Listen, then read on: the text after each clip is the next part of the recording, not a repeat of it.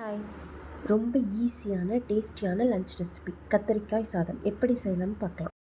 கடலைப்பருப்பு 1 table spoon, உளுந்து 1 table spoon, ஜீரகம் 1/2 டேபிள் ஸ்பூன், வத்தல் 3, பச்சை வேர்க்கடலை ஒரு 15, சின்ன சின்ன பீஸாக கட் பண்ண தேங்காய் கொஞ்சம். இதை எல்லாத்தையும் சேர்த்து லைட் கோல்டன் கலராக சேஞ்ச் ஆகும் வர வறுக்கணும். வறுத்த எல்லாத்தையுமே நல்லா ஆற வச்சுட்டு அதை எல்லாத்தையும் ஒரு மிக்சர் ஜாரில் போட்டு தண்ணி ஊற்றாமல் அரைச்சி வச்சுக்கணும். அதே பாத்திரத்தில் கொஞ்சம் தேவையான அளவு எண்ணெய் ஊற்றிக்கணும்.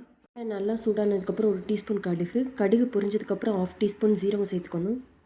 நீட்டமாக கட் பண்ண ஒரு பல்லாரி சேர்த்து கோல்டன் கலரில் ஃப்ரை பண்ணிக்கணும்.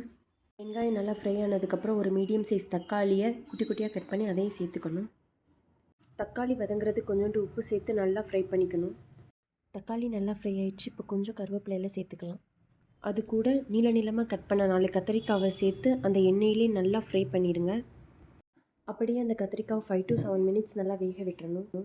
கத்திரிக்காய் நல்லா வெந்ததுக்கப்புறம் அது கூட 1/2 டீஸ்பூன் மஞ்சள் தூள், 1/2 டீஸ்பூன் ஜீரகத்தூள், 1 teaspoon garam masala, 1 teaspoon வத்தப்பொடி, 1 teaspoon தனியாத்தூள், தேவைக்கு கொஞ்சம் உப்பும் சேர்த்துக்கணும். மசாலா ஸ்மெல் போகிற வரைக்கும் அந்த எண்ணெயிலே 2 மினிட்ஸ் வரை ஃப்ரை பண்ணிக்கணும்.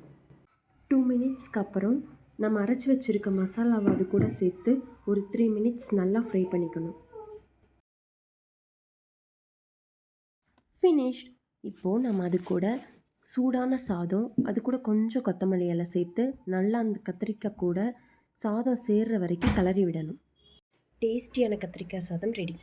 கண்டிப்பாக ட்ரை பண்ணிவிட்டு எப்படி இருந்ததுன்னு கமெண்ட்டில் சொல்லுங்கள். அப்படியே கத்திரிக்காய் வச்சு வேறு என்ன ரெசிபி செய்யலாம்னு கமெண்ட்டில் ஷேர் பண்ணுங்கள். பாய்.